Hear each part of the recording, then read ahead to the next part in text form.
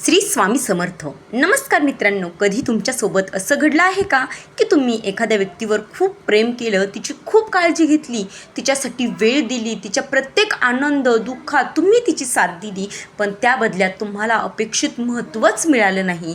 तुम्ही मेसेज केला तर उत्तर उशिरा येतं, तुम्ही फोन केला तर कारणं सांगितली जातात, तुम्ही बोलण्याचा प्रयत्न करता पण समोरची व्यक्ती हळूहळू दूर जात असल्याचं जाणवतं.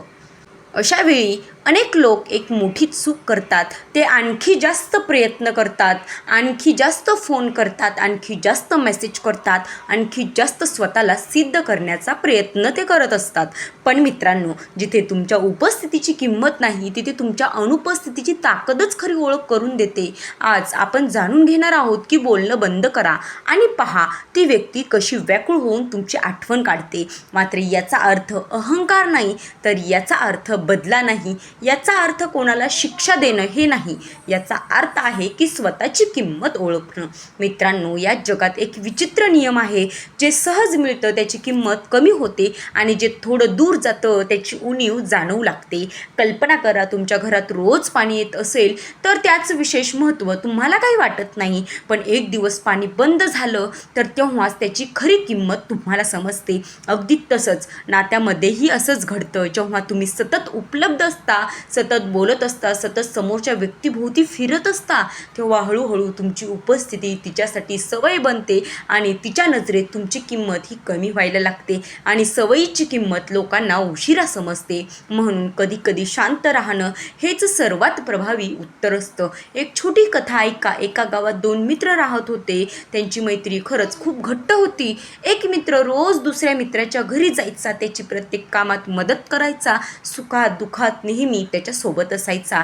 सुरुवातीला दुसऱ्या मित्राला त्याचं खूप कौतुक वाटायचं, पण काही महिन्यांनी त्याला ही गोष्ट सामान्य वाटू लागली.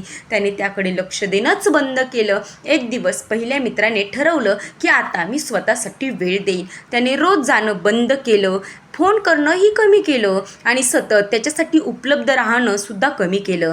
सुरुवातीला दुसऱ्या मित्राला काही फरक पडला नाही, त्याला काही फरकही जाणवला नाही, पण काही दिवसांनी त्याला जाणवायला लागलं की खरंच त्याच्याशिवाय माझं काम कोणतंही लवकर पूर्ण होत नाही. आणि मग त्याला जाणवलं की अरे, तो आज आला नाही, आज फोनही नाही, आज विचारपूसही नाही. हळूहळू त्याला त्या मित्राची उणीव जाणवू लागली, उणीव भासू लागली. कारण त्याला पहिल्यांदाच समजलं की तो मित्र किती महत्त्वाचा होता. मित्रांनो, लोकांना तुमची किंमत सांगण्याची गरज नसते. तुमची अनुपस्थिती ती किंमत त्यांना शिकवते. पण लक्षात ठेवा, बोलणं बंद करणं म्हणजे राग धरणं नाही, मनात द्वेष ठेवणं तर अजिबात नाही, तर स्वतःला महत्त्व देणं आहे. आज अनेक लोक एका चुकीमुळे दुःखी आहेत. ते सतत इतरांच्या लक्षासाठी धडपडत राहतात, दुसऱ्यांसाठी ते धडपड करत राहतात. ज्याला तुमची आठवण येते तो स्वतःहून तुमच्याशी संपर्क साधेल. ज्याला तुमची किंमत आहे तो स्वतःहून तुमची चौकशी करेल आणि ज्याला तुमचं अस्तित्वच महत्त्वाचं वाटत नाही त्याच्यासाठी स्वतःचा आत्मसन्मान गमावण्याची खरंच काहीच गरज नसते. मित्रांनो, शांततेमध्ये एक अद्भुत शक्ती असते. अनेकदा शब्द जे करू शकत नाहीत ते मौन करून दाखवतं. जेव्हा तुम्ही अचानक शांत होता तेव्हा समोरच्या व्यक्तीच्या मनात अनेक प्रश्न निर्माण होतात. तो ठीक आहे का?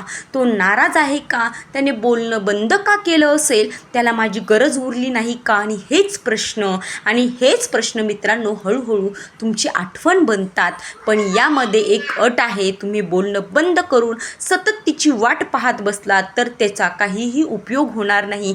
तुम्ही स्वतःला घडवायला सुरुवात केली पाहिजे आणि मी त्या व्यक्तीशिवाय नक्कीच एकटा राहू शकतो हे जर तुम्ही तुमच्या मनाला समजवलं तर जी समोरची व्यक्ती आहे ती स्वतःहून तुमच्याकडे येईल, परंतु तुम्हाला स्वतःहून त्या व्यक्तीकडे जाण्याची गरज भासणार नाही. तुमच्या ध्येयावर काम करा, तुमच्या कुटुंबांसोबत वेळ घालवा, नवीन गोष्टी शिकवा, आत्मसात करा आणि स्वतःची प्रगती करा.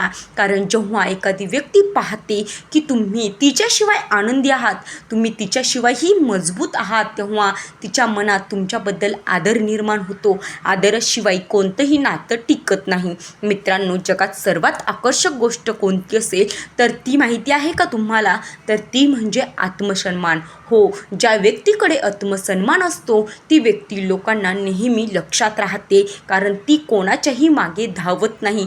ती स्वतःची किंमत स्वतःच ओळखते. एक सत्य लक्षात ठेवा, जे लोक तुमच्याकडे दुर्लक्ष करतात त्यांचे मागे धावत राहिलात तर तुम्ही स्वस्त वाटू लागाल. आणि जेव्हा तुम्ही स्वतःची किंमत स्वतःच ओळखाल, स्वतःच कराल, तेव्हा लोक तुम्हाला वेगळ्या नजरेने पाहू लागतील. म्हणूनच मित्रांनो, कधी कधी बोलणं थांबवा, स्वतःला वेळ द्या, स्वतःची किंमत ओळखा, स्वतःवर प्रेम करा आणि स्वतःला घडवा. तुमच्या आयुष्याला प्राधान्य द्या.